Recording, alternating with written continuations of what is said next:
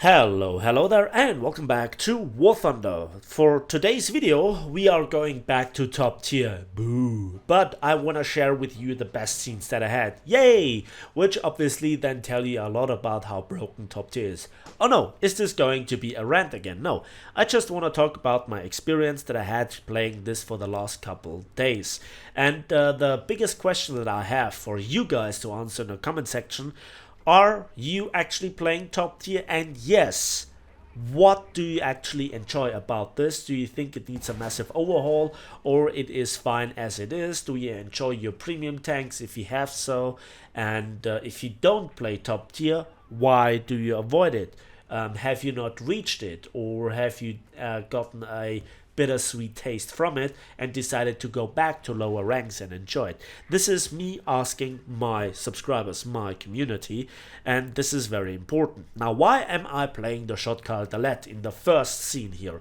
Well, because frankly this was a nice scene, I wanted to share it with you, and frankly this was the best scene that I could accomplish, or it was in the top 5, let's put it that way, over the past couple of days. And the experience in this tank was dreadful, it was awful, and it was not really the tank's failure. The Shotcar Dalet has one massive drawback compared to the other rank 6 premium tanks, and that is the lack of mobility in comparison. But if you compare this tank then to the other British tanks at this battle rating and rank, such as the Chieftain Mark III, it has so many advantages. First of all, it has better mobility, better maneuverability. It has AP FSDS and Heat FS, both unheard of in terms of weaponry. The next thing, it has lots of machine guns to threaten aircraft, which in some cases came in handy, as well as then era protection. And while this doesn't really help you very often versus the other main battle tanks, sometimes it comes in handy. For example, it probably helped me here quite significantly against the KV2 that just shot me. He probably misaimed, but my ear protection still got damaged quite significantly, so I guess he used HE. And first I thought that it would be the Iron Armenian due to the flag on the side of the turret, but it was somebody else. So still, I'm holding the cap. I try my best. I try to smoke up here, etc., to use every single asset that I have, and eventually it will pay off to a certain degree. And I was playing this because I still had to grind the Stormer HVM, and I didn't want to do it with Golden Eagles. In fact, I extremely rarely use Golden Eagles for acquiring vehicles. Only the premiums, obviously, but only if there are certain things going on, like massive discounts in terms of civil line purchase price of the vehicles, etc. I think I've done this to 3 or 4 tanks so far, and then sometimes just the last few thousand RP because I was under time pressure, whatever. But as a matter of a fact is, I think that the Shotcar Dalet is a great tank, but it so rarely really can shine because it is just too slow in most cases, and it refuses to accelerate. On a map like this, like Abandoned Factory, where there is also a hard terrain or hard underground or paved roads, the discrepancy is not all that big, and still it is one of the best British tanks that there is. So the British also lack mobility, just like the Germans. So much for me being a wearable. I criticize every single nation in their abilities in a constructive way. So Britain needs some more mobility. How is this a thing? I just spawned on the Mostok map in the Tunguska, and the enemy helicopter spawn is still behind our tank spawn. How is this a thing? But balance comes. 2 Tunguskas versus 2 helicopters. Guess who's winning? Yep, it's us. But how is this still a thing? How has this spawn not been changed? And how can helicopters still spawn from the very beginning? Quick side note, those were 2 enemy players eliminated right from the get-go, and they were just simply dead. We still lost this match. So the question is obviously, what else did I have to left research? Well, it is the Last Hunter, and I want to make another video about the Reaper Meteor F Mark 8. But also then there was the Storm S, or Sturm S as it is called for the Soviets, and I still have some 67,000 RP left to research, so I wanted to research it. The T-55 AM-1 was my first choice, and it is a nice tank with the ATGM, with the APAG and armor, but still, the matter at 8.7, it is so toxic, it is so... ugh. You know, and whenever I play this tank, then helicopters spawn around me and I just cannot really have an impact on the gameplay. Talk about helicopters, I was spawning on this side of the map of American Desert because I expected an enemy helicopter to spawn, but nobody spawned, and I just missed the signal on the radar. But then there is the ATGM coming in, and I actually shoot it out of the sky at the very last second, and the helicopter was then my next target, but an ATGM came his way from another Tunguska and just made him go away. So I also tried then the T-64A, where I've won as my only high tier tank a talisman from the Gaijin Wheel of Poverty, if you know what I mean. And the thing was this: I was always up tier and fighting with that tank that once upon a time, in ancient times, was the first modern main battle tank, where we all thought, wow, how good is that tank, when back in the days you actually faced a mouse in every single battle, because it was not 9.3, it was 8.7 or something like this. Yeah, fighting that thing with a mouse was stupid. Manually guiding in here, by the way, my Sam onto this helicopter, well, his flares were of no use. And he gets a bit toxic in chat, so I made a little bit of a chat compilation here. So back to the T-64A. I got up tier every single game versus Ariete, versus the Leclerc, versus the Leo 2A5, and also versus the M1A1. That's not fun. Every single battle. No. So the best thing that I could do, and this is now finally coming to the Tunguska here, was the Tunguska.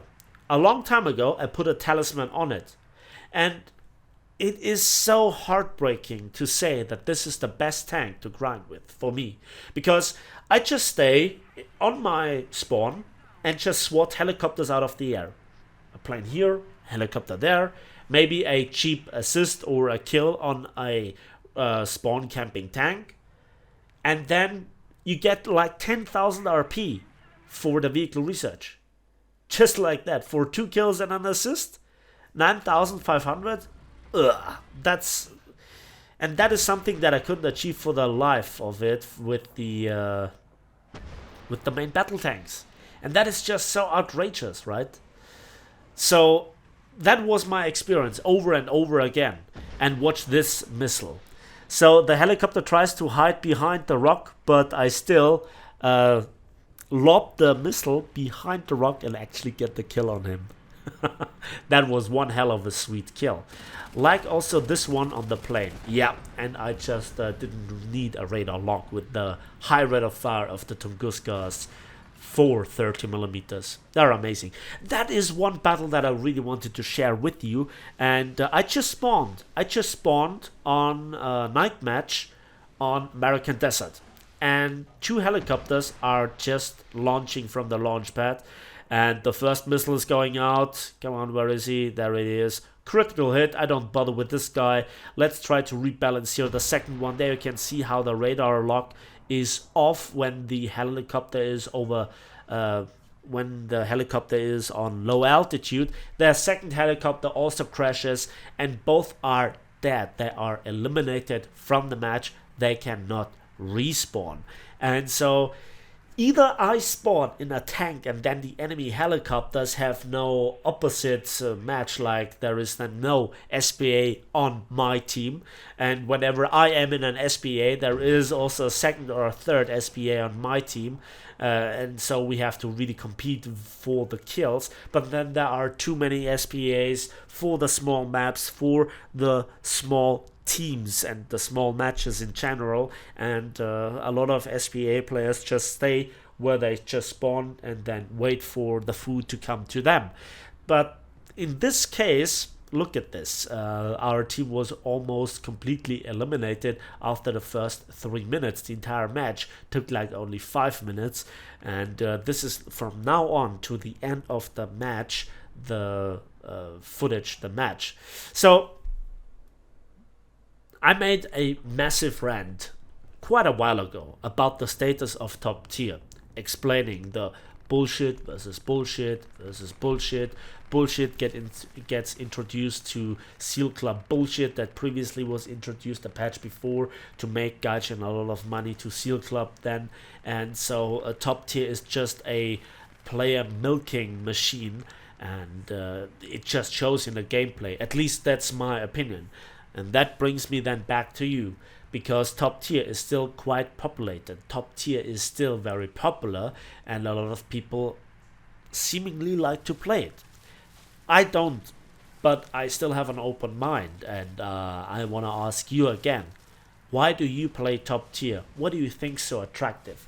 Is it the new mechanics, the new technology, the technology creep, or is it just the competitiveness? Do you really like to play like a rattlesnake on cocaine when it comes to, you know, delivering APFSTS to the gun breach of an enemy tank, etc.? Or how do you play at top tier? Because for me, it doesn't really matter. Either it is extremely boring or I'm dead within the first 10 seconds because I move out of spawn. And sadly, I'm not exaggerating. So here you can see I just did my job. I killed 3 helicopters, giving my team quite an advantage. But because there are 1 or 2 other SPA on my team who were outnumbered in the city fight, the enemy team with their Abrams just rushed our team, and we just died way too fast. And still the enemy have here a camper near their spawn, and still direct us quite hard with some of their SPA seemingly. So yeah, that was the experience that I had, and top tier grinding is absolutely awful. Top tier gameplay is awful, but maybe I just don't get it. So again, let me know in the comment section, share this with your friends and clanmates that play top tier, because I really want to know. I don't insult here anybody for liking this, I'm just curious. And there you can see I was the top scorer on my team, and despite having Germany with their overpowered Leopard 2A5, we lost quite hard, quite fast. So that's it for me today. Thanks for watching, thanks for listening. I'm sorry that I couldn't deliver better stuff, but I was pretty busy. And again, the few that actually watched my Wacken video from yesterday, you really enjoyed it. And you know, the hilarious scene with the lawnmower and the dryer as well, it was really worth it. Having said this, that's finally it for me today. So thanks for watching, thanks for listening. I hope you enjoyed this video. Please give it a like if it did, subscribe if you want to see more, and we'll see each other on the waves, in the skies, and on the battlefields of War Thunder.